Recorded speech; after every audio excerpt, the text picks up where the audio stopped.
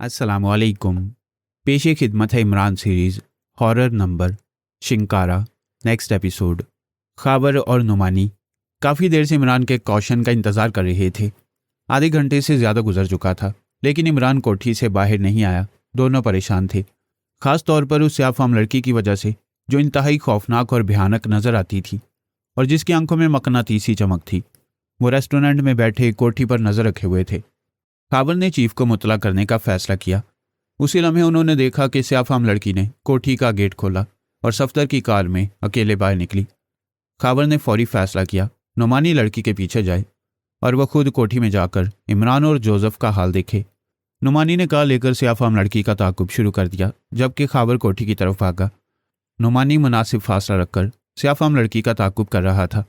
लड़की मुजाफात की तरफ तेज़ रफ्तारी से जा रही थी।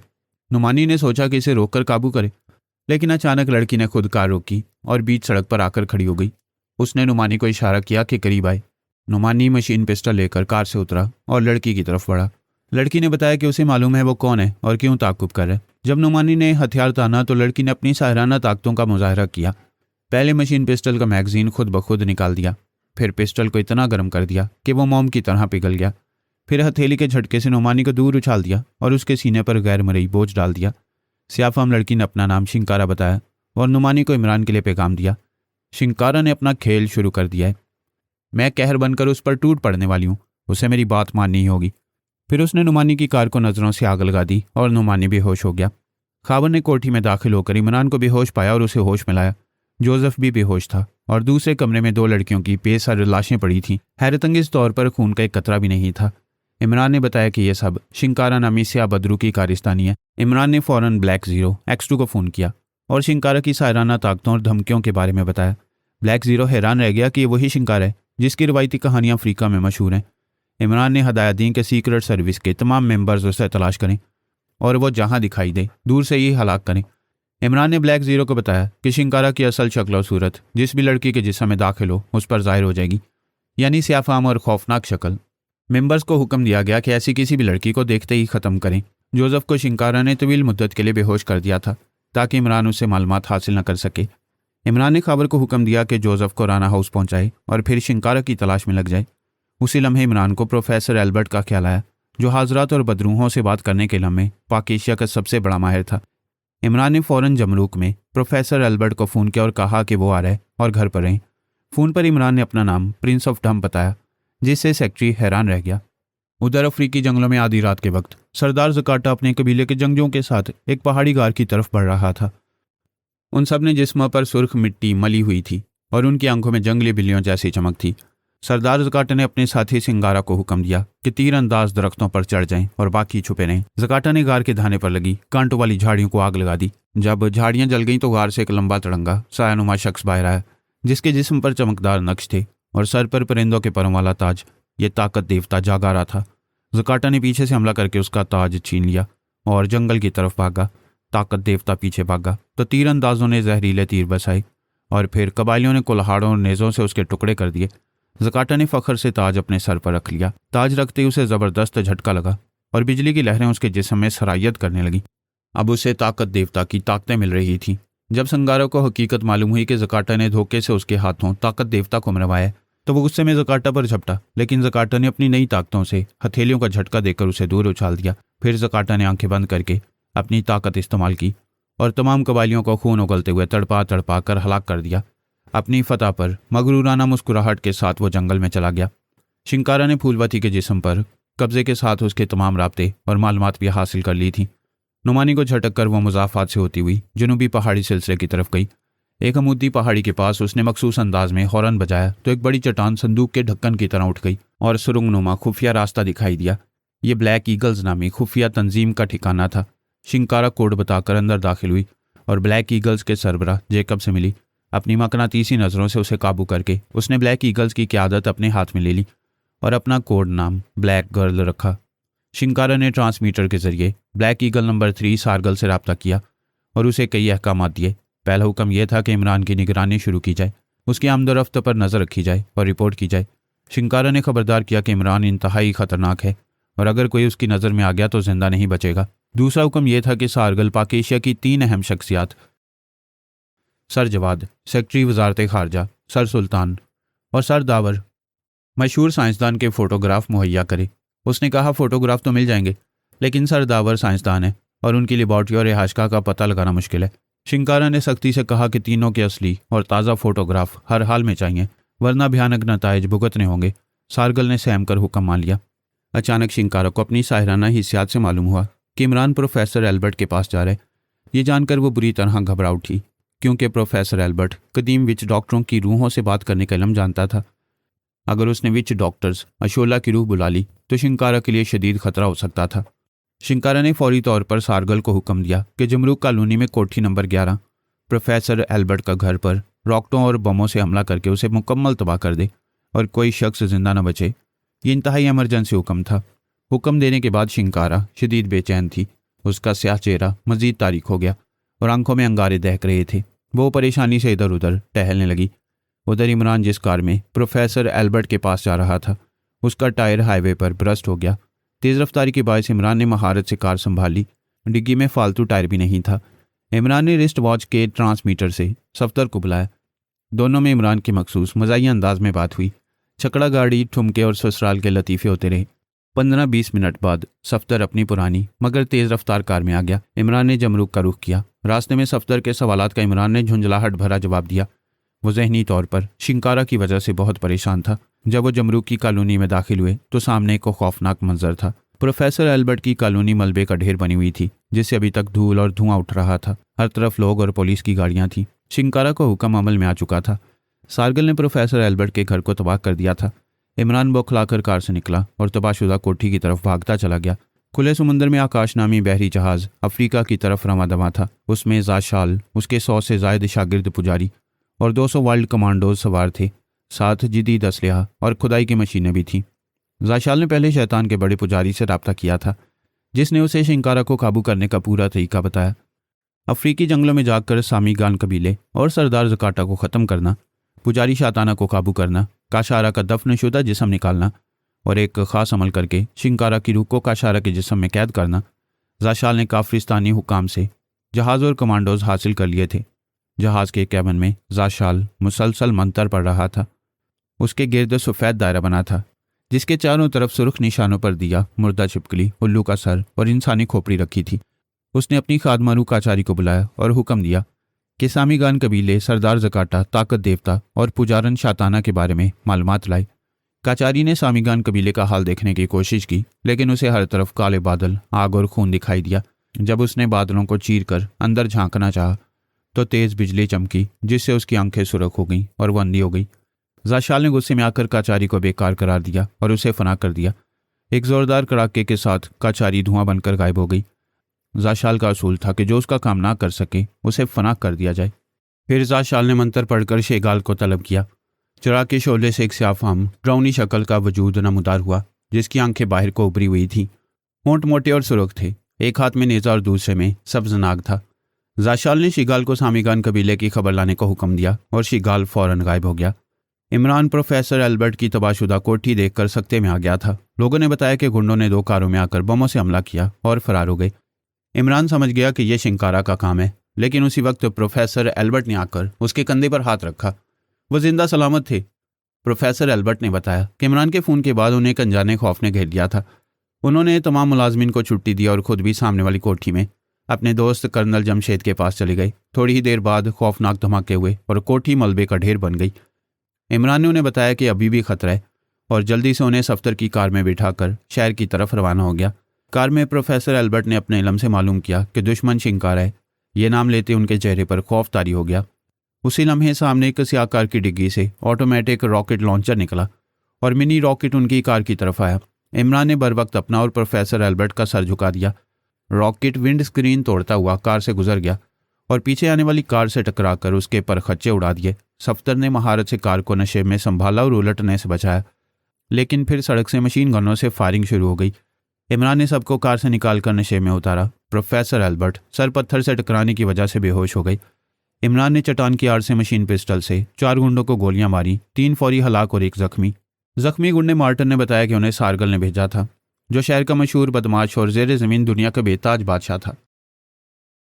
जख्मी मार्टिन ने इमरान को मजीद बताया कि ब्लैक ईगल्स के हेडक्वार्टर पर किसी ब्लैक गर्ल ने कब्जा कर लिया है। चीफ बॉस जेकब को नंबर 2 और सारगल को नंबर 3 बना दिया गया है, जबकि सारगल पहले नंबर 2 था।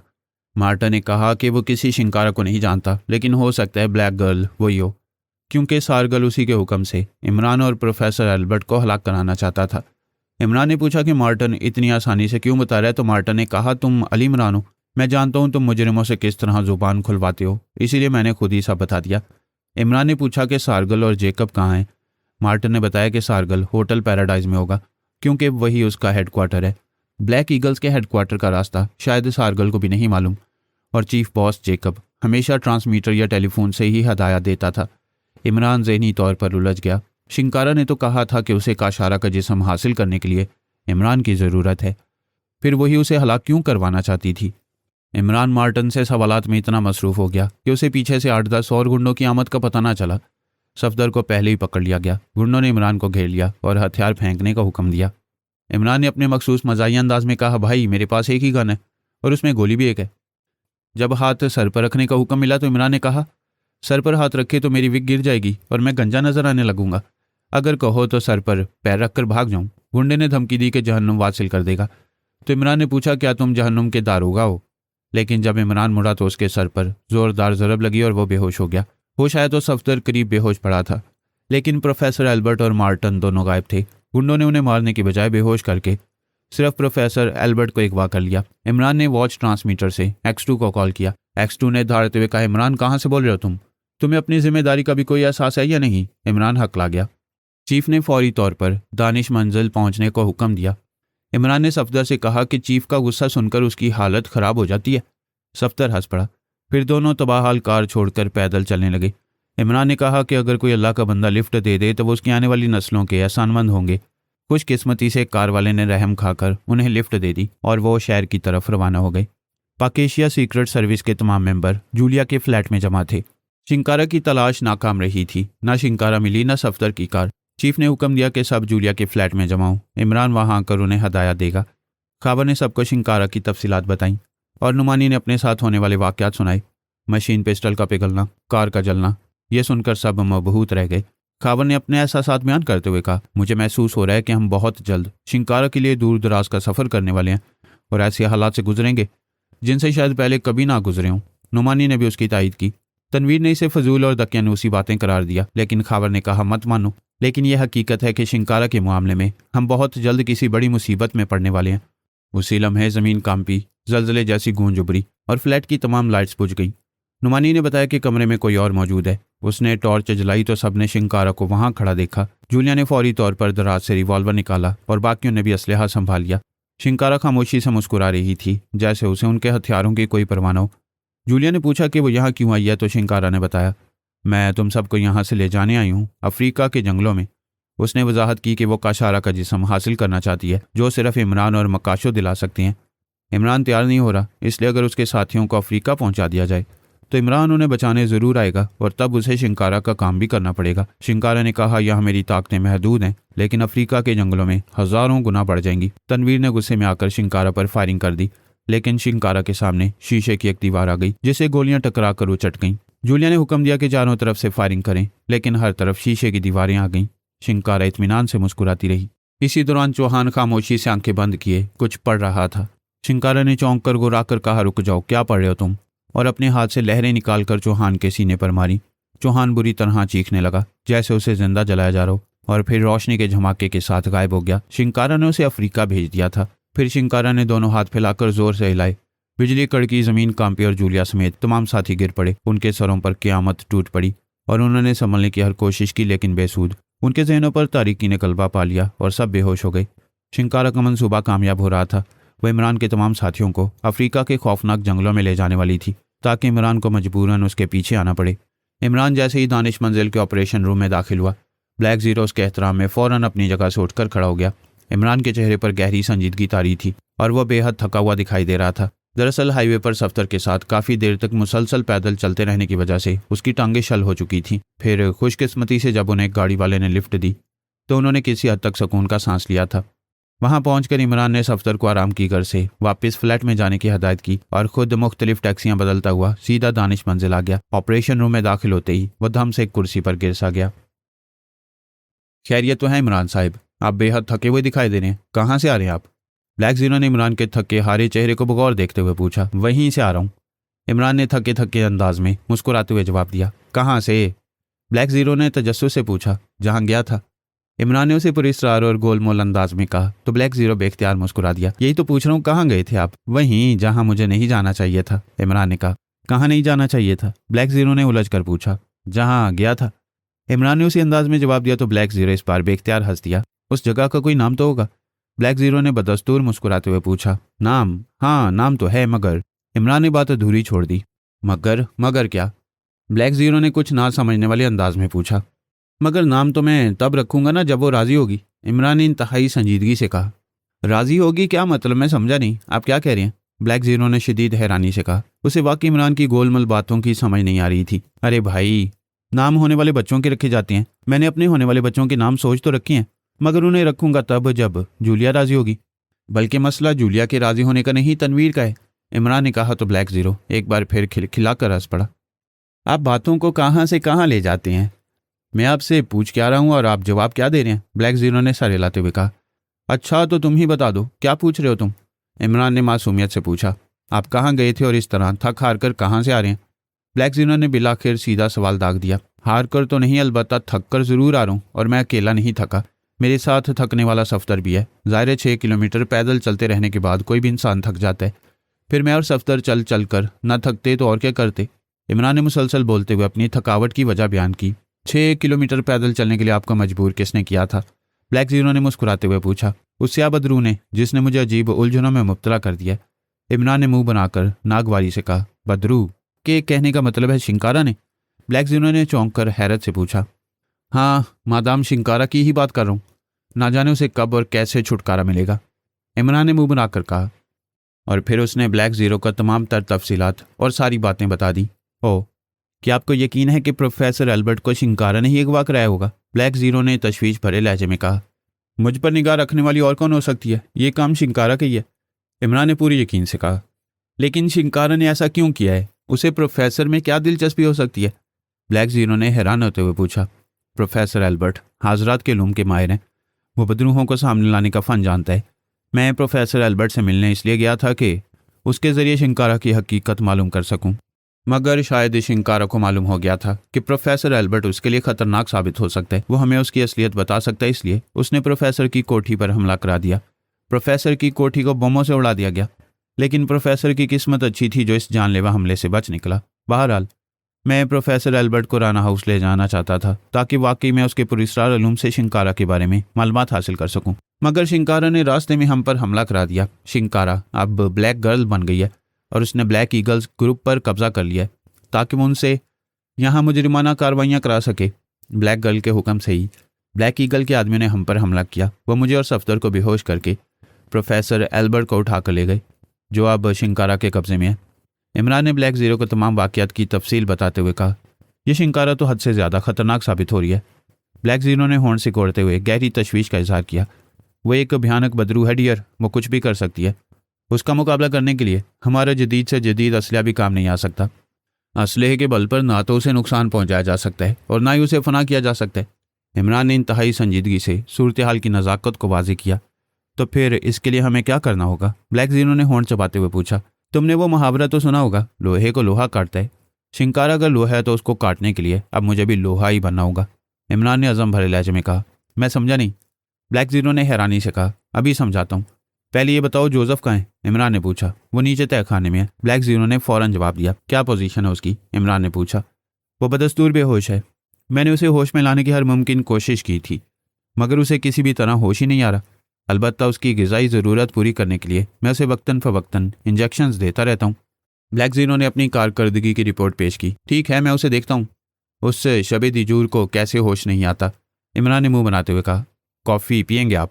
ब्लैक जीरो ने उसे नरमी से पूछा। अगर दिल से पिलाओगे तो ज़रूर पीऊँगा, बल्कि काफ़ी सारी पीऊँगा, इमरान ने मुस्कुरा कर कहा तो ब्लैक जीरो भी जवाबन मुस्कुरा दिया। अभी लाता हूँ, ब्लैक जीरो ने उठते हुए कहा और वो ऑपरेशन रूम से निकल गया। ब्लैक ज़ीरो के बाहर जाते इमरान अपनी जगह से उठा और एक बड़ी मशीन के सामने आकर बैठ गया। ये जदीद ट्रांसमीटर कॉल चेकर मशीन थी, जिसे किसी भी ट्रांसमीटर की फ्रीक्वेंसी से उसका फासला बड़ी दुरुस्ती से मापा जा सकता था और असल लोकेशन को बआसानी ट्रेस किया जा सकता था।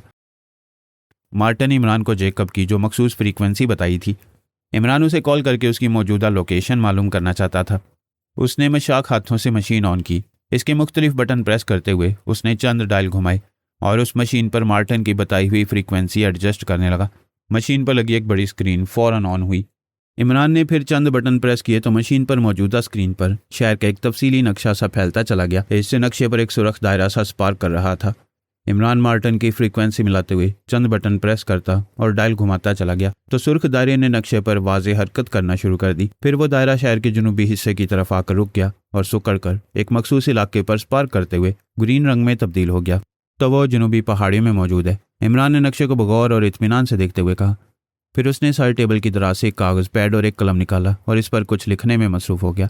इस दौरान ब्लैक ज़ीरो गर्मा गर्म कॉफ़ी के 2 मग ले आया। उसने इमरान को काम में मसरूफ़ देखकर कॉफ़ी का एक मग चुपचाप उसके सामने रख दिया और दूसरा मग लेकर अपनी मखसूस नशिस्त पर जा बैठा। फिगर्स के मुताबिक ब्लैक ईगल्स का खुफिया अड्डा कासानी पहाड़ियों के गार में है, जहाँ शायद अब शिंकारा ने डेरा डाल रखा है। इमरान ने कागज़ कलम एक तरफ रखते हुए खुद कलामी करने वाले अंदाज में नतीजा अखज़ किया। कासानी पहाड़ियाँ? ब्लैक ज़ीरो के मुंह से बेसाख्ता निकला। हाँ, मेरा अंदाज़ा है कि शिंकारा कासानी पहाड़ियों में ही मौजूद है। अब मुझे वहीं जाकर उसका शिकार करना होगा, इमरान ने सोच में डूबे हुए अंदाज में कहा। मगर इमरान साहब, वो बदरू है। एक बदरू का शिकार आप कैसे करेंगे? ब्लैक ज़ीरो ने परेशानी से पूछा। उसका तरीका मकाशो बताएगा, इमरान ने उसे पुरएतमाद अंदाज में कहा। मकाशो? आपका मतलब है जोसेफ? ब्लैक ज़ीरो ने चौंक कर पूछा। हाँ, जोसेफ शिंकारा के ज़ेर असर है। शिंकारा ने उसे मकाशो का नया नाम दे दिया। मैं सबसे पहले जोसेफ को मकाशो से वापस जोसेफ बनाऊंगा। इसके बाद उससे शिंकारा का हदूद अरबा पूछूंगा। प्रोफेसर एल्बर्ट को तो शिंकारा ले गई है, लेकिन उसका मकाशो मेरे पास है। अब वही उस बदबख्त बदरू के बारे में मुझे बताएगा, इमरान ने अपना लाहे अमल वाजे करते हुए कहा। उसने जल्दी जल्दी कॉफ़ी हलक में उतारी और फिर एक झटके से उठ खड़ा हुआ। आप तय खानों में जा रहे हैं? ब्लैक ज़ीरो ने उसे उठते देखकर जल्दी से पूछा। हाँ, क्यों? इमरान ने पूछा। कुछ नहीं, वो दरअसल मैं भी आपके साथ चलना चाहता हूँ। मैं देखना चाहता हूँ कि आप जोसेफ के साथ क्या करेंगे और जोसेफ हमें शिंकारा के बारे में क्या बताता है, ब्लैक ज़ीरो ने दरख्वास्त की। ठीक है, ऑटोमेटिक हिफाजती निज़ाम ऑन करके आ जाओ।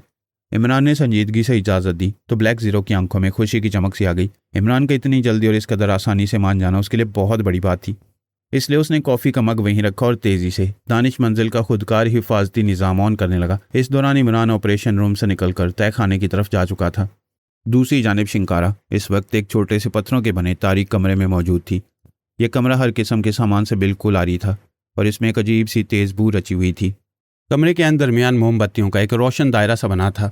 तमाम मोमबत्तियां जल रही थी और शिंकारा इन मोमबत्तियों के दायरे में दोजानू अंदाज में इंतहाई तवज्जो से बैठी थी। उसने दोनों हाथ मुआफ़ी मांगने वाले अंदाज में जोड़ रखे थे और उसकी आंखें सख्ती से बंद थीं। उसके होंठ मुसलसल हिल रहे थे जैसे वो कुछ पढ़ रही हो। शिंकारा पिछले कई घंटों से इसी पुरस्कार कमरे में मौजूद थी। सारगल ने शिंकारा को कॉल करके ये खुशखबरी बता दी थी कि वह इमरान से प्रोफेसर एल्बर्ट को छीन ले आने में कामयाब हो गया है। तो शिंकारा ने सारगल को सख्त हिदायत दी थी कि वो प्रोफेसर एल्बर्ट को फ़ौरन कासानी पहाड़ी में पहुंचा दे, जिस पर सारगल ने बेहोश प्रोफेसर को वहां पहुंचा दिया। शिंकारा ने जेकब और उसके चंद साथियों को भेजकर बाहर से प्रोफेसर एल्बर्ट को अंदर लाने को कहा। जेकब और उसके साथी जैसे ही प्रोफेसर एल्बर्ट को अंदर लाए तो शिंकारा ने उस पर एक ऐसा हौलनाक मंत्र फूंक दिया कि अगले कई घंटों तक प्रोफेसर को किसी सूरत होश नहीं आ सकता था। शिंकारा ने प्रोफेसर एल्बर्ट को गार में मौजूद एक अलग तारीक कमरे में डाल दिया। इसके बाद शिंकारा ने दोबारा सारगल से रब्ता किया और उसे जल्द से जल्द सर जवाद, सर दावर और सर सुल्तान के फोटोग्राफ्स पहुंचाने का हुक्म दिया। शिंकारा यूं तो बेहद पुरस्कार कुव्वतों की मालिका थी। वो अपने पुरस्कार और साहिराना कुव्वतों से कोई भी नामुमकिन काम ले सकती थी। किसी भी इंसान को अपने बस में करना और उसे अपने अहकामात पर अमल दरामद पर मजबूर करना उसके लिए बेहद आसान था, लेकिन उसकी ताकत की एक हद थी। वो सिर्फ उस इंसान को अपने बस में कर सकती थी जो उसके सामने होता या कम अज़ कम उसने उसका चेहरा एक बार देखा होता। शिंकारा एक बार जिसका चेहरा देख लेती वो उसे कभी नहीं भूलती थी। उस इंसान को वो ख्याल ख्वानी की गैर मामूली कुव्वत से कभी भी और किसी भी वक्त ना सिर्फ देख सकती थी बल्कि उसे अपने अहकामात पर अमल दरामद के लिए मजबूर भी कर सकती थी। और उस इंसान के साथ वो इस इंसान के इर्द गिर्द मौजूद दीगर अफराद का भी मुकम्मल अहाता कर सकती थी। शिंकारा ने इमरान को चैलेंज किया था कि वो उसे अपने साथ अफ्रीका के खौफनाक जंगलों में जाने के लिए हर हाल में मजबूर कर देगी। शिंकारा की पुरस्कार ताकतों ने उसे साफ बताया था कि वो अफ्रीका के जंगलों में मौजूद पहाड़ के नीचे सैकड़ों बरस से दफनशुदा काशारा का जिस्म इमरान और उसके अफ्रीकी साथी जोसेफ की मदद के बगैर हरगिज हासिल नहीं कर सकती। शिंकारा ने अपनी पुरस्कार ताकतों से इमरान के बारे में पूरी मालूमात हासिल कर ली थी। इमरान आला ज़रफ़ होने के साथ साथ इंतहाई आला किरदार का मालिक था। इसके अलावा इमरान में नेकी के ऐसे बेशुमार औसाफ मौजूद थे जिसकी वजह से बुराई उसके करीब भी नहीं फटकती थी। इमरान की वालदा भी इंतहाई पाकीज़ा और बाकिरदार खातून थी, जिनकी दुआएं और उनके रूहानी मुर्शद का साया इमरान के सर पर था। इन्हीं दुआओं और मुर्शद की बरकत की वजह से इमरान कई शैतानी ज़ुर्रियतों से भी टकरा चुका था और उन शैतानी ज़ुर्रियात को हमेशा के लिए फना करने में उसका और उसके साथियों का बहुत बड़ा हाथ। रोशनी की ताकतों के बहुत से शफीक हाथ इमरान के सर पर थे और फिर शिंकारा इमरान के साथ एक ज़बरदस्त जहनी मुकाबला भी कर चुकी थी, जिसकी वजह से शिंकारा को इमरान की रूहानी ताकत के बारे में बहुत कुछ मालूम हो गया था। इसलिए वो इमरान के ही खौफ की वजह से अपने ठिकाने से दुम दबाकर भाग निकली और अपने साथ अपने महबूब गुलाम मकाशो को भी नहीं ला सकी थी। रोशनी की इन ताकतों की वजह से शिंकारा इमरान पर अपनी साहिराना ताकतें बराह रास्त इस्तेमाल नहीं कर सकती थी और ना ही उसे कोई जिस्मानी नुकसान पहुंचा सकती थी। इसलिए शिंकारा को बखूबी मालूम था कि वह अपनी ताकतों से कम अज़ कम इमरान को अपने साथ अफ्रीका के जंगलों में ले जाने के लिए मजबूर नहीं कर सकती। चुनाचे शिंकारा कोई ऐसा रास्ता इख्तियार करना चाहती थी जिसकी वजह से इमरान उसका साथ देने के लिए खुद ही रजामंद हो जाए और वह उसके साथ अफ्रीका के जंगलों में जाकर पहाड़ के नीचे दफन काशारा का जिस्म निकालकर उसे हमेशा की जिंदगी बख्श दे। शिंकारा ने चूंकि सर जवाद, सर दावर और सर सुल्तान को ज़ाती तौर पर देखा नहीं था, इसलिए वो उन्हें अपनी साहिराना ताकतों से बराह रास्त अपने पास नहीं ला सकती थी। इसलिए उसने सारगल से उन तीनों के फ़ोटोग्राफ्स मंगवाए थे। वो फ़ोटोग्राफ से उन तीनों के चेहरे देख लेती तो वह अपनी साहिराना ताकतों से एक लम्हे से भी कम वक्फे में उन्हें अपने पास बुला सकती थी या उन्हें सीधा अफ्रीका के जंगलों में पहुंचा सकती थी। शिंकारा का शैतानी ख्याल था कि उन तीनों अहम अफराद को अगर अफ्रीका के जंगलों में पहुंचा दे तो इमरान उनकी बाजियाबी के लिए यकीनन उसके साथ चलने के लिए तैयार हो जाएगा। शिंकारा उन तीनों की वापसी के बदले में इमरान को मजबूर करना चाहती थी कि वो पहले उसका काम करे। इमरान जैसे ही उसे काशारा का जिस्म पहाड़ियों के नीचे से निकालकर उसे नई जिंदगी दे देगा, वो उन तीनों को उसके हवाले कर देगी। और फिर शिंकारा ये भी जानती थी कि अगर इमरान एक मरतबा उसके साथ अफ्रीका के जंगलों में पहुंच जाए तो उसकी काली ताकतों में हज़ारों गुना इजाफा हो जाएगा। फिर चाहे इमरान कितना ही बाकिरदार या आला-औसाफ का मालिक क्यों ना हो, वह उस पर मुकम्मल तौर पर हावी हो जाएगी और इमरान ना चाहते हुए भी उसके लिए काशारा का जिस्म पहाड़ियों के नीचे से निकालने के लिए रजामंद हो जाएगा। फिर वो अपना काम निकालने के बाद इमरान, मकाशो और उसके बाकी साथियों का बेदर्दी से खात्मा कर देगी। लेकिन काफ़ी देर गुजर जाने के बावजूद जब सारगल ने उसे उन तीनों के फ़ोटोग्राफ्स नहीं पहुंचाई तो शिंकारा को अचानक इमरान के एक साथी का ख्याल आया जो उसकी कार का मुसलसल ताक़ुब कर रहा था। शिंकारा ने उस ताक़ुब करने वाले को देखकर जब उसका जहन पड़ा तो उसे मालूम हो गया कि ये इमरान का ही साथी है। उसका नाम नुमानी था। शिंकारा ने उस वक्त तो नुमानी से अपना पीछा छुड़ा लिया था और उसकी कार भी जला दी थी ताकि वो उसका ताक़ुब मज़ीद जारी न रख सके। उस नुमानी का चेहरा बदस्तूर शिंकारा की शातिर जहन में नक्श था। शिंकारा ने सोचा कि वो सर जवाद, सर दावर और सर सुल्तान की जगह इमरान के उन साथियों को अपने साथ अफ्रीका के जंगलों में ले जाए तो उसका मंसूबा ज़्यादा मुफीद रहेगा। इमरान अपने साथियों की जान बचाने के लिए लामुहल्ला अफ्रीका के जंगलों में पहुंचेगा और वह एक बार अफ्रीका के जंगलों में पहुंच गया तो शिंकारा हर सूरत में उस पर हावी हो सकती थी। नुमानी का ख्याल आते शिंकारा उस कमरे में आ गई जहां वो मौजूद थी। उसने मोमबत्तियों का पुरस्कार हिसार बनाया और एक ख़ास काले अमल में मसरूफ़ हो गई। उसने आंखें बंद करके नुमानी के चेहरे को तसव्वुर में सामने लाकर उसके चेहरे पर और फिर उसकी आंखों के रास्ते उसके जहन को मुर्तकिज़ करना शुरू कर दिया और फिर वो नुमानी का जहन बासानी पड़ती चली गई। नुमानी इस वक्त अपने 5 मज़ीद साथियों के साथ मौजूद था। शिंकारा ने नुमानी के जहन से उनके बारे में तफसीली मालूमात हासिल की और ये जानकर उसे बेहद खुशी हुई कि वह सब के सब इमरान के साथी और पाक एशिया सीक्रेट सर्विस के अहम मेंबर थे। शिंकारा ने उन 6 मेंबरान, जिनमें एक लड़की जूलिया भी शामिल थी, उनको अगवा करने का हतमी प्रोग्राम बना लिया। चुनाचे वो अपनी पुरस्कार ताकतों की मदद से गायब होकर जूलिया के फ्लैट में पहुंच गई और फिर उसने उन सबको पलक झपकते में बेहोश किया और उन्हें गायब करके सीधा जेकब के अड्डे में ले आई। उसने अपनी साहिराना ताकतों से उन सबको गहरी बेहोशी में डाल दिया और उन सबको भी उसने उसी तारीक कमरे में डाल दिया जहां प्रोफेसर एल्बर्ट मौजूद था। शिंकारा एक ख़ास अमल से उन सबको एक ही वक्त में और एक साथ अफ्रीका के जंगलों में मौजूद अपने एक ख़ास ठिकाने पर पहुंचाना चाहती थी, इसलिए वक्ती तौर पर वो उन सबको जेकब के अड्डे पर ही ले आई। अब शिंकारा इस मखसूस कमरे में मोमबत्तियों के हिसार में बैठी जोसेफ के लिए एक अमल कर रही थी। वो जोसेफ, जिसे वो अपना गुलाम मकाशो बना चुकी थी, उसको वापस अपने पास बुलाना चाहती थी। वो आंखें बंद किए काफ़ी देर से मकाशो की तलाश में मसरूफ़ थी, लेकिन मकाशो उसे कहीं दिखाई नहीं दे रहा था। उसके जहन में एक अजीब सी धुंध छाई हुई थी। इस धुंध के पीछे उसे मकाशो के मौजूद होने का हल्का सा एहसास तो हो रहा था, लेकिन उसे वाज़े दिखाई नहीं दे रहा था। न जाने वो कहाँ था और किस हाल में था। शिंकारा इस धुंध के गुबार को जहन से झटकने की हर मुमकिन कोशिश कर रही थी, लेकिन वह अपने मकसद में कामयाब नहीं हो रही थी। उसका चेहरा गुस्से और परेशानी की वजह से बुरी तरह बिगड़ा हुआ था। वो काफ़ी देर कोशिश करती रही, लेकिन जब धुंध ना छटी और उसे मकाशों के बारे में कुछ मालूम ना हुआ तो उसने थक कर आंखें खोल दी। उसकी आंखें अंगारों की तरह सुर्ख हो रही थीं। क्या हो गया है मेरी ताकतों को? मकाशो मेरे सामने क्यों नहीं आ रहा? उसने हैरत और गुस्से से होंठ चबाते हुए कहा। उसने एक बार फिर आंखें बंद की और एक और शैतानी अमल पढ़कर जोसेफ को अपने सामने लाने की भरपूर कोशिश की, लेकिन उसकी ये कोशिश भी लाहासिल ही रही। इसका मतलब है इमरान ने मकाशो पर कोई रूहानी अमल कर दिया है, जिसकी वजह से वो मेरे सामने नहीं आ रहा। ये इमरान तो वाकई बेहद खतरनाक साबित हो रहा है, बेहद खतरनाक। शिंकारा ने गुस्से और परेशानी से भरपूर लहजे में एतराफ़ किया। उसी लम्हे दूसरे कमरे से ट्रांसमीटर की तेज सीटी की आवाज़ गूंजी तो शिंकारा बेख्तियार चौंक पड़ी। ट्रांसमीटर कॉल, शायद सारगल की कॉल होगी, शिंकारा ने खुद कलामी करते हुए कहा। उसने दोनों हाथों को दाएं बाएं हिलाया तो अचानक उसके इर्द गिर्द रोशन मोमबत्तियां खुद ब खुद बुझती चली गईं। मोमबत्तियों के बुझते ही शिंकारा उठ खड़ी हुई। वो मोमबत्तियों के हिसार से बाहर निकली। उसने साइड की दीवार का एक उभरा हुआ पत्थर प्रेस किया तो सामने दीवार का एक हिस्सा पुरस्रार अंदाज में खुलता चला गया। वहां एक दरवाजे नुमा सुराख बन गया था। दरवाजा खुलते ही ट्रांसमीटर से निकलने वाली सीटी की आवाज़ और तेज हो गई। शिंकारा तेजी से सामने मौजूद मेज की तरफ बढ़ी जहां ट्रांसमीटर पड़ा हुआ था। Yes, black girl speaking, over. Shinkara ने ट्रांसमीटर उठाकर उसका एक बटन प्रेस करते हुए अपने मखसूस सर्द लहजे में कहा। वो मेज के करीब रखी हुई कुर्सी पर बैठ गई थी। ब्लैक गर्ल की जगह अगर तुम अपना नाम ब्लैक शैडो रख लेती तो शायद मैं डर जाता। ब्लैक गर्ल, काली लड़की, ये भी भला कोई नाम है? ओवर। दूसरी तरफ से इमरान की एक चहकती हुई और तंजी आवाज़ सुनाई दी और इस आवाज़ को सुनकर शिंकारा बेख्तियार उछल पड़ी। तुम इमरान, तुम?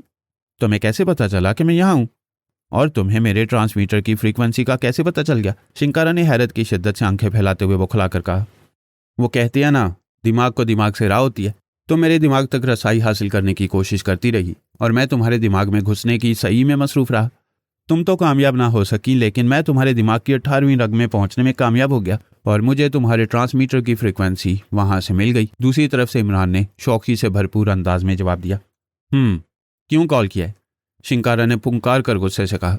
एक बार देखा है, दूसरी बार देखने की हवस है, इमरान ने कहा। क्या मतलब? शिंकारा ने हैरत भरे लहजे में पूछा। मैं तुम्हारे रुखे से आकर एक बार और दीदार करना चाहता हूँ शिंकारा, इमरान ने कहा। क्यों, क्या चाहते हो? शिंकारा ने अपने मखसूस मोहतात लहजे में कहा। कहा है ना, तुम्हारे रुखे से आकर दोबारा दीदार करना चाहता हूँ। शायद शहीदान आशकान में कहीं मेरा नाम भी आ जाए, इमरान ने उसे शौक अंदाज में कहा। तुम बहुत खतरनाक और चालाक इंसान हो इमरान। मेरे नए ठिकाने का पता लगा लेना और मुझसे इस अंदाज में बातें करना किसी आम इंसान के बस की बात नहीं। सच बताओ, क्या चाहते हो? शिंकारा ने जख्मी नागिन की तरह फुंकारते हुए कहा। मैंने तुम्हें जोसेफ के लिए कॉल किया है। जोसेफ? तुम्हारा मतलब है मकाशो? मकाशो का नाम उसे तुमने दिया है, उसका असल नाम जोसेफ है। जोसेफ जो भी है, कहो क्या कहना चाहते हो? जोसेफ अभी तक बेहोश है। मैं उसे होश में लाने की हर मुमकिन कोशिश कर चुका हूँ, लेकिन उसे किसी भी तरह होश नहीं आ रहा। दूसरी तरफ से इमरान ने कहा तो उसकी बात सुनकर शिंकारा की आंखों में एक शैतानी चमक से आ गई। तो फिर मैं क्या करूं? शिंकारा ने लापरवाही से कहा। उसे तुमने अपनी साहिराना ताकतों से बेहोश किया है और मैं चाहता हूं कि उसे तुम ही होश में लाओ। दूसरी तरफ से इमरान ने कदरे सर्द और हुक्म देने वाले लहजे में कहा। और अगर मैं ऐसा ना करूं तो? शिंकारा ने नफरत ज़दा अंदाज में मुस्कुराते हुए कहा। तुम इनकार नहीं कर सकती शिंकारा। दूसरी तरफ से इस बार इमरान ने हंसकर कहा।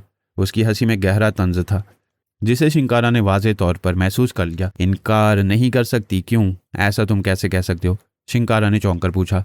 मैं जानता हूँ शिंकारा, जोसेफ जिसे तुमने मकाशो बनाया है तुम्हारे लिए किस कदर अहमियत का हामिल है। मेरे और मकाशो के बगैर तुम अफ्रीका के जंगलों की पहाड़ियों के नीचे दफन का शारा का जिस्म कभी भी हासिल नहीं कर सकती।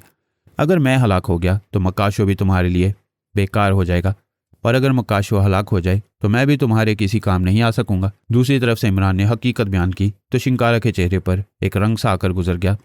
तुम कहना क्या चाहते हो?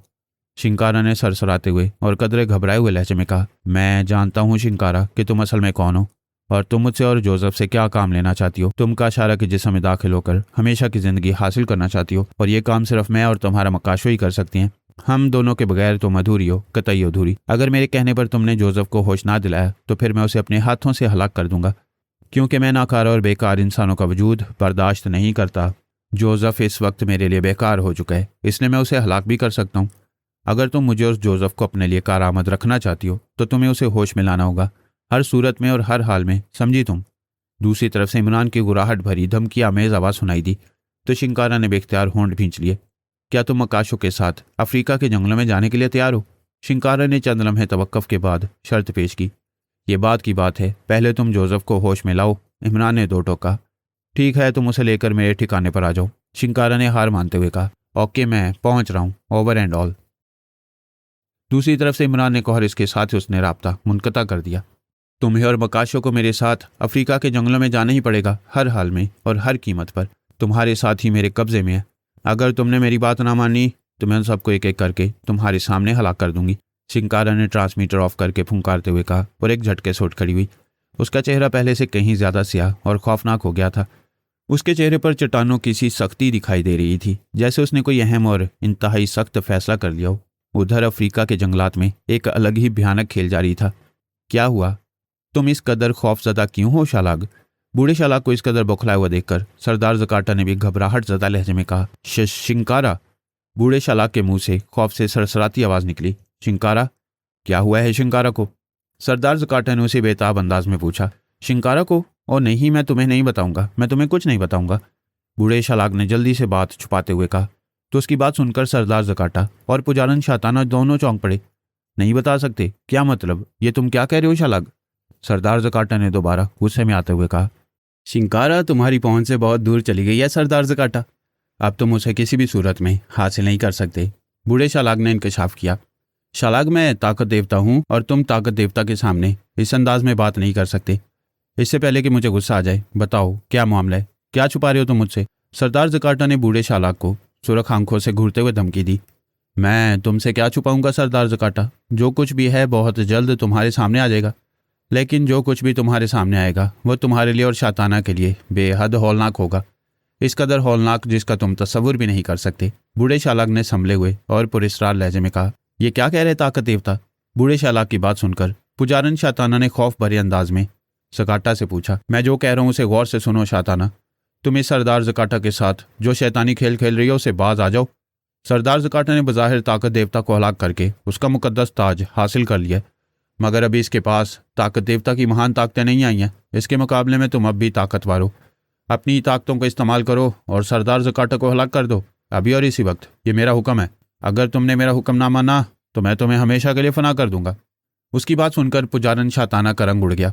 मैं पुजारन शाताना ने हकलाते हुए कहा। खबरदार शाताना, खुद को संभालो, इसकी बातों में ना आना। ये बिल्कुल बेबस है, हमारा कुछ नहीं बिगाड़ सकता। सरदार ज़काटा ने चीख कर उसे खबरदार किया। नहीं शाताना, यह तुम्हें बहका रहा है, मेरी तरफ देखो, मैं तुम्हें बताऊंगा कि यह तुम्हारे मुकाबले में कुछ भी नहीं, तुम इसे हलाक कर सकती हो, बूढ़े शालाग ने उकसाते हुए कहा। शाताना, इसकी आंखों में मत देखना वरना यह तुम्हें जलाकर राख कर देगा, सरदार ज़काटा ने कहा। और पुजारन शाताना हरासा अंदाज में कभी सरदार ज़काटा और कभी बूढ़े शालाग को देखने लगी, जैसे उसे समझ ना आ रही हो कि वो किसकी बात माने और किसकी ना माने। शाताना, मैं शालाग देवता तुम्हें हुक्म दे रहा हूँ, मेरी तरफ देखो, बूढ़े शालाग ने हलक के बल चीखते हुए कहा। खबरदार शाताना, अगर तुमने शालाग की आंखों की तरफ देखा तो मैं तुम्हें अभी और इसी वक्त फना कर दूंगा, सरदार ज़काटा ने कहा और तेजी से पुजारन शाताना के सामने आ गया। ये क्या हो रहा है सरदार ज़काटा? तुम?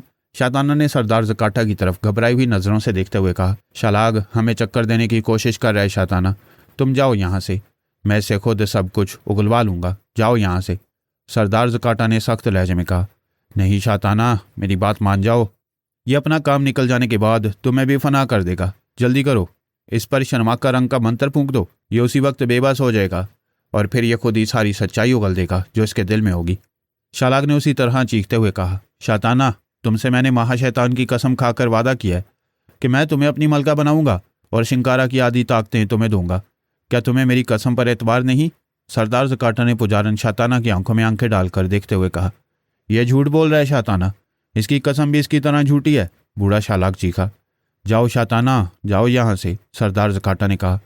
लेकिन सरदार ज़काटा, पुजारन शाताना ने कुछ कहना चाहा। मेरी बात मानो शाताना, जाओ यहाँ से, इस बूढ़े शालाग को मैं खुद संभालूंगा, ये मेरा कुछ नहीं बिगाड़ सकता, तुम मुझ पर एतमाद करो, मैं तुम्हारे एतमाद को ठेस नहीं पहुंचाऊंगा, सरदार ज़काटा ने पुजारन शाताना की आंखों में देखते हुए उससे बड़े नरम और मक्काराना लहजे में कहा। ठीक है सरदार ज़काटा, मैं जा रही हूँ, मुझे तुम पर एतमाद है, पुजारन शाताना ने सर झटकते हुए कहा।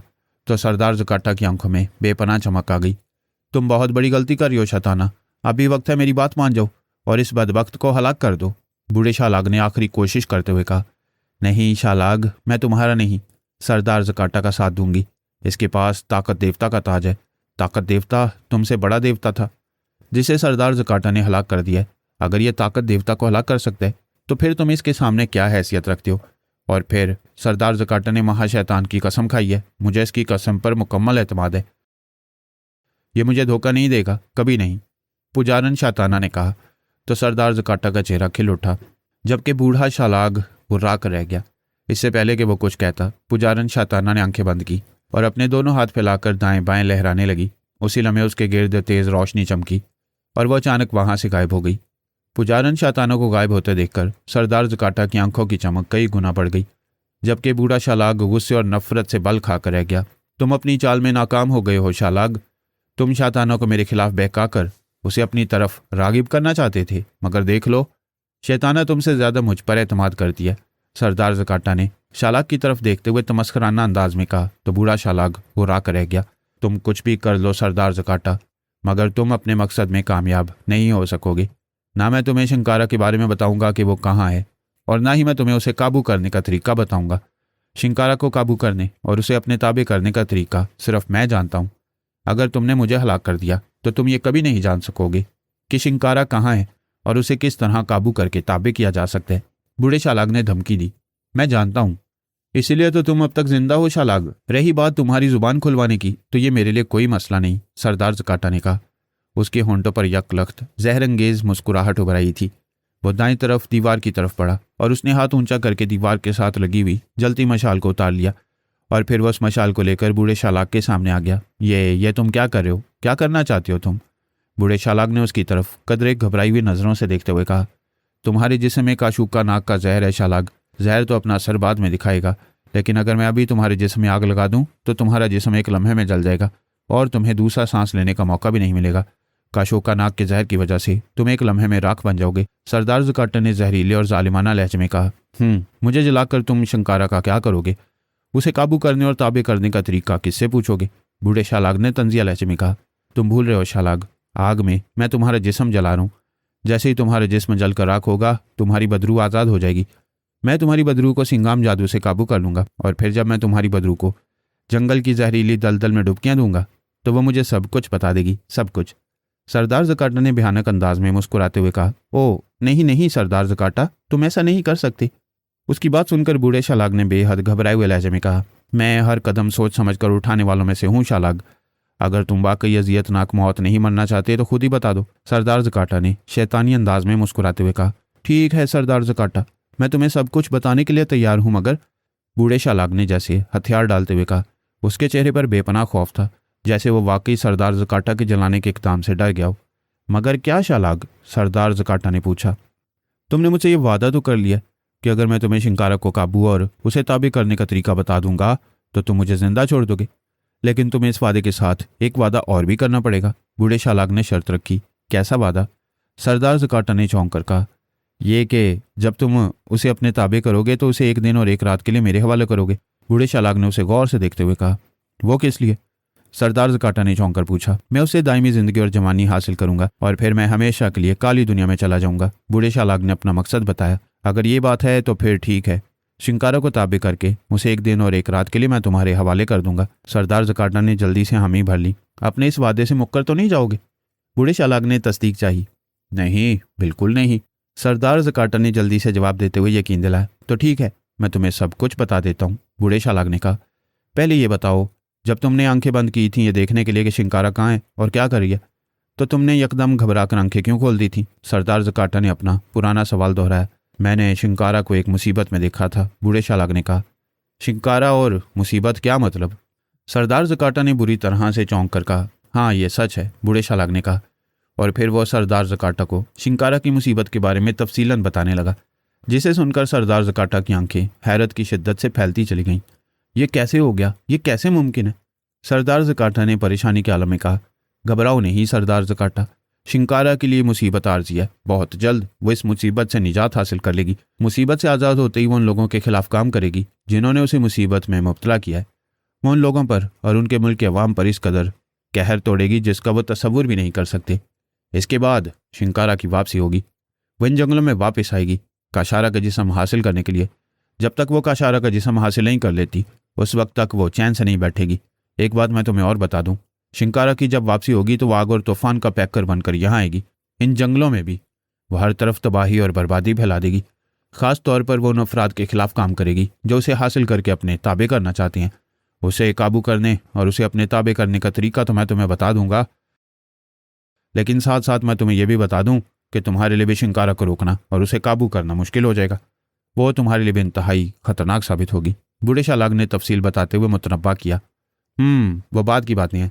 तुम मुझे बताओ कि क्या वो वाकई उस मुसीबत से निजात हासिल कर लेगी जिसमें वो मुब्तला है, और क्या वो वाकई यहाँ आएगी? सरदार ज़काटा ने पूछा। उसके चेहरे पर बदस्तूर परेशानी और तासुफ के साए लहरा रहे थे। हाँ, ऐसा ज़रूर होगा, वो यहाँ लाजमन आएगी, बूढ़े शालाग ने यकीन दिलाया। कब तक? सरदार ज़काटा ने पूछा। ये मैं नहीं बता सकता और ना मुझे मालूम है, लेकिन वो यहाँ ज़रूर आएगी, बूढ़े शालाग ने कहा। तब ठीक है, मुझे फिक्र हो रही थी कि अगर शिंकारा की वापसी ना हुई तो क्या होगा। सरदार ज़काटा ने मुतमईन होते हुए कहा। अब सुनो, मैं तुम्हें शिंकारा को हासिल करने का तरीका बताता हूँ, बूढ़े शालाग ने कहा। और फिर उसने सरदार ज़काटा को शिंकारा को काबू करने और उसे अपना ताबे बनाने का पेचीदा और खौफनाक तरीका बताना शुरू कर दिया। ये तो इंतहाई पेचीदा और इंतहाई खौफनाक अमल है, इसके लिए तो मुझे सैकड़ों इंसानों को हलाक करना पड़ेगा। सरदार ज़काटा ने तफसील सुनकर तशवीश ज़दा लहजे में कहा। इसके अलावा शिंकारा को काबू और ताबे करने का कोई तरीका नहीं है, बूढ़े शालाग ने हतमी अंदाज में कहा। मेरे लिए सबसे बड़ा मसला शाहबाग पहाड़ी के नीचे से काशारा का जिस्म निकालने का है। क्या इसके लिए तुम मेरी मदद कर सकते हो? सरदार ज़काटा ने पूछा। नहीं, काशारा का जिस्म सही सलामत हालत में सिर्फ मकाशो ही निकाल सकता है, बूढ़े शालाग ने कहा। मकाशो? अब ये मकाशो कौन है? सरदार ज़काटा ने उलझ कर पूछा। मकाशो देवताओं का एक खास और मंजूर नज़र इंसान है, तुम उसकी फिक्र मत करो।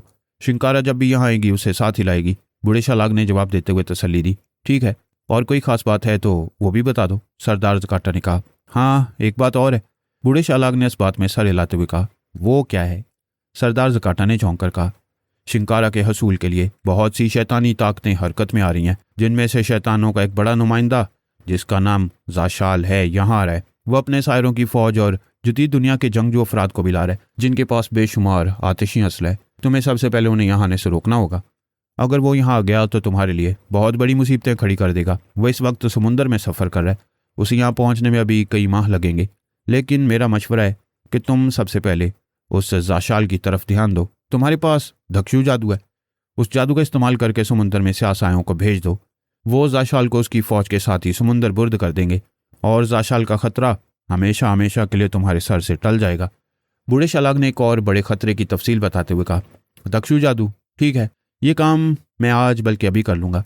शिंकारा पर अब सिर्फ मेरा हक है, उसके असूल के लिए और कोई आए मैं ये बर्दाश्त नहीं कर सकता। मैं दक्षु जादू से हज़ारों स्यासायों की फ़ौज बनाता हूँ और उन्हें ज़ाशाल और उसके सायरों की सरकोबी के लिए रवाना कर देता हूँ, सरदार ज़काटा ने शैतानी अज़म के साथ कहा। सरदार ज़काटा, लाओ अब अपना वादा पूरा करो और काशो का जहर का तरियाक मुझे पिलाकर यहाँ से आज़ाद कर दो। मेरे जिस्म में अब चूंटियाँ सी रेंगना शुरू हो गई हैं, जिसका मतलब है कि काशोका का जहर ने अपना काम शुरू कर दिया। इससे पहले कि मेरा जिस्म गलना सड़ना शुरू हो जाए मुझे तरियाक पिला दो, बूढ़े शालाग ने याद दहानी कराई। ओ हाँ ज़रूर, क्यों नहीं, सरदार ज़काटा ने कहा। उसने मुड़कर मशाल को दोबारा दीवार के पास ले जाकर दीवार में मौजूद रखने में फंसा दिया और वापस मुड़कर बूढ़े शालाग के पास आ गया। उसके चेहरे पर एक बार फिर इंतहाई मकरू और मक्काराना मुस्कुराहट उभर आई थी। उसने नेफे में उड़सी हुई शीशी निकाल ली जो उसने बूढ़े शालाग से बातों के दौरान दोबारा नेफे में उड़स ली थी। शीशी पर कॉर्क नुमा लकड़ी का ढक्कन लगा हुआ था। सरदार ज़काटा ने नाखून से इस ढक्कन को शीशी से निकाला और बूढ़े शालाग के करीब आ गया। मुंह खोलो शालाग, मैंने तुमसे वादा किया था कि मैं ये सारा तरियाक खुद तुम्हारे मुंह में उंडेलूंगा। मेरा वादा पूरा करने का वक्त आ गया है, मैं अपना वादा ज़रूर पूरा करूंगा, सरदार ज़काटा ने मक्काराना अंदाज में मुस्कुराते हुए कहा।